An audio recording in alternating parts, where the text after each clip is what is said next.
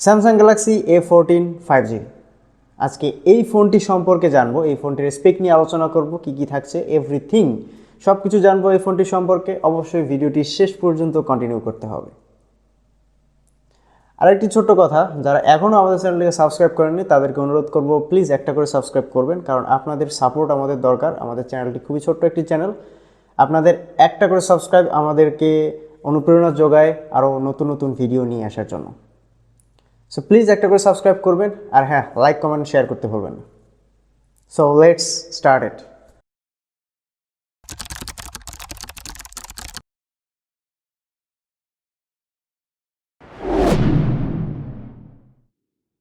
Samsung Galaxy A14 5G, এই ফোনটির design এবং লুকসে যদি আসি, অসাধারণ কাজ করেছে স্যামসাং এখানে।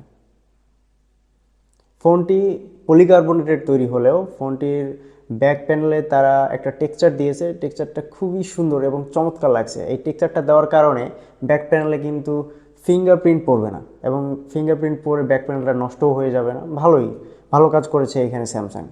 আর হ্যাঁ, এই ফোনটির যে ক্যামেরা কাট আউট রয়েছে, লাইন ধরে 3টা ক্যামেরা কাট আউট দিয়েছে, 3টাই সেপারেট, অসাধারণ। এই ক্যামেরা কাট আউটটি কিন্তু স্যামসাংয়ের ফ্ল্যাগশিপ ফোনগুলোতে পাওয়া যায়।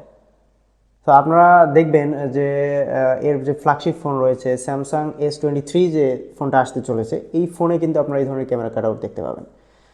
সো ফ্ল্যাগশিপ ফোনের ভাইব আমরা পাচ্ছি বাজেট ফোনে। খারাপ না, ভালোই। ফোনটির ওজন 202 গ্রাম এবং থিকনেস 9.1 এরকম হবে। থিকনেস আমি খুব একটা কনফার্ম না, তবে 9.1 হতে পারে। একটু মোটাসোটা দেখলাম ফোনটি, মোটামুটি একটু মোটাসোটা, যেহেতু 5000 mAh ব্যাটারি ইউজ করেছে, যার কারণে একটু মোটাসোটা হয়েছে আমার যেটা মনে হয়। তো এই ফোনটির পোর্টস অ্যান্ড বাটনের দিকে যদি আসি, পোর্টস অ্যান্ড বাটনে এই ফোনটির ডান দিকে থাকছে আপনাদের চিরচেনা ভলিউম আপ ডাউন বাটন এবং পাওয়ার বাটন।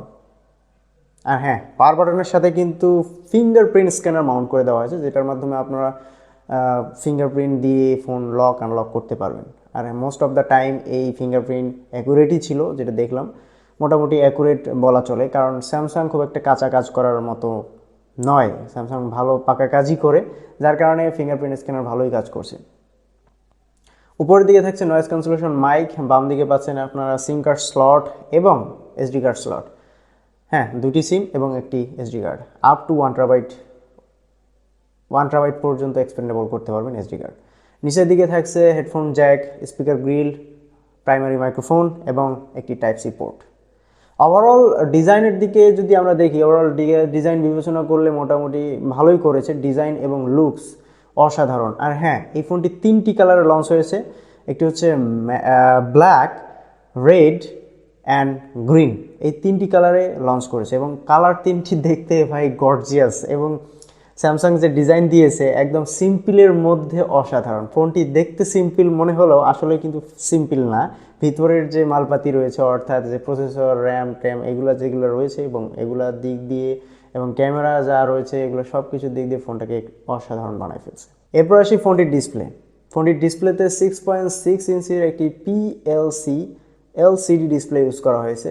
যে পিএলসি ডিসপ্লে আবার কি? পিএলসি ডিসপ্লে হচ্ছে গিয়ে আপনার আইপিএসের একটু উপরের লেভেলের display.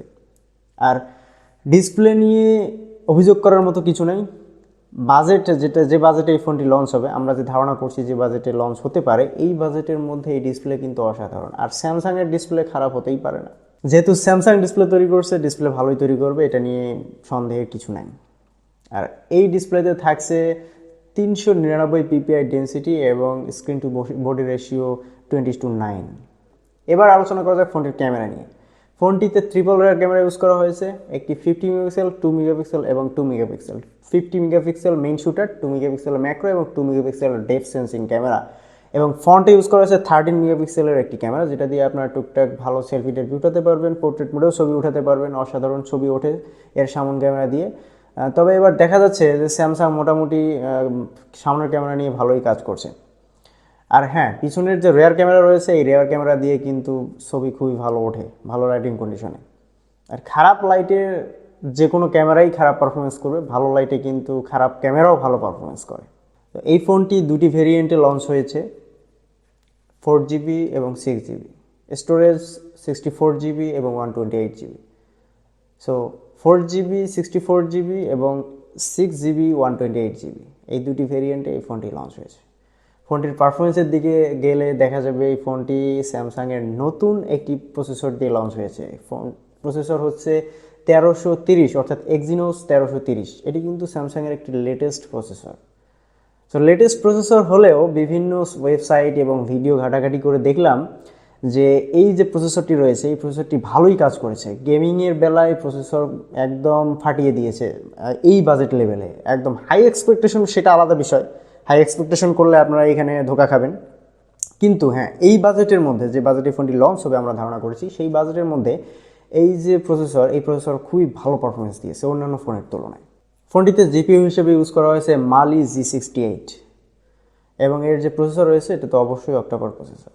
Out of the box এখানে পেয়ে যাবেন Android 13 সাপোর্ট। হ্যাঁ, স্যামসাং এখানে ভালো কাজ করছে, যেখানে সবাই ফোন লঞ্চ করতেছে Android 12 দিয়ে, সেখানে স্যামসাং Android 13 সাপোর্ট দিয়েছে এবং সাথে থাকছে One UI 5, latest One UI। তবে হ্যাঁ, এটা কোর ভার্সন, কিন্তু কোর ভার্সন হচ্ছে লাইটার ভার্সন। অন্যান্য যেগুলো স্যামসাংয়ের ফ্ল্যাগশিপ ফোন রয়েছে, সেই স্যামসাংয়ের ফ্ল্যাগশিপ ফোনগুলোতে কিন্তু এই One UI, ভারী One UI থাকে, যেটা ফুল ভার্সন থাকে। এটা কিন্তু কোর ভার্সন। আর এই ফোনটিকে পাওয়ার আপ করার জন্য স্যামসাং দিয়েছে 5000 mAh এর একটি হিউজ ব্যাটারি এবং সাথে থাকছে 15 ওয়াটের একটি চার্জার, যেটা দিয়ে মোটামুটি 2 ঘন্টা সময় লাগবে এই ফোনটিকে চার্জ করতে। চার্জ ব্যাকআপের কথা বললে এই ফোনটিতে চার্জ ব্যাকআপ ভালোই পাবেন আপনারা। স্ক্রিন অন টাইম মোটামুটি পেয়ে যাবেন 6 আওয়ার্সের মতো। এবং আমরা যদি অন অ্যাভারেজ টুকটাক social media task, video consuming এসব করেন, ইউটিউব এগুলো দেখেন, সেক্ষেত্রে 1-1.5 দিন আপনাদের চলে যাবে আমার মনে হয়। সো ওভারঅল এই ফোনের স্পেক কেমন লাগলো আপনাদের কাছে? এই ফোনটির দাম কিন্তু হতে পারে 26 থেকে 27 হাজার টাকা। যখন লঞ্চ হবে 26-27 হাজার টাকার মধ্যে দাম হতে পারে। তো এই দামের মধ্যে এই স্পেক আসলেই ফোনটি কেনা যাবে কিনা কমেন্ট বক্সে জানাতে ভুলবেন না। আজকে পর্যন্তই, দেখা হবে আগামী কোনো টেকনোলজি আপডেট নিয়ে। সে পর্যন্ত ভালো থাকবেন, সুস্থ থাকবেন। ধন্যবাদ সবাইকে, বাই বাই, টাটা।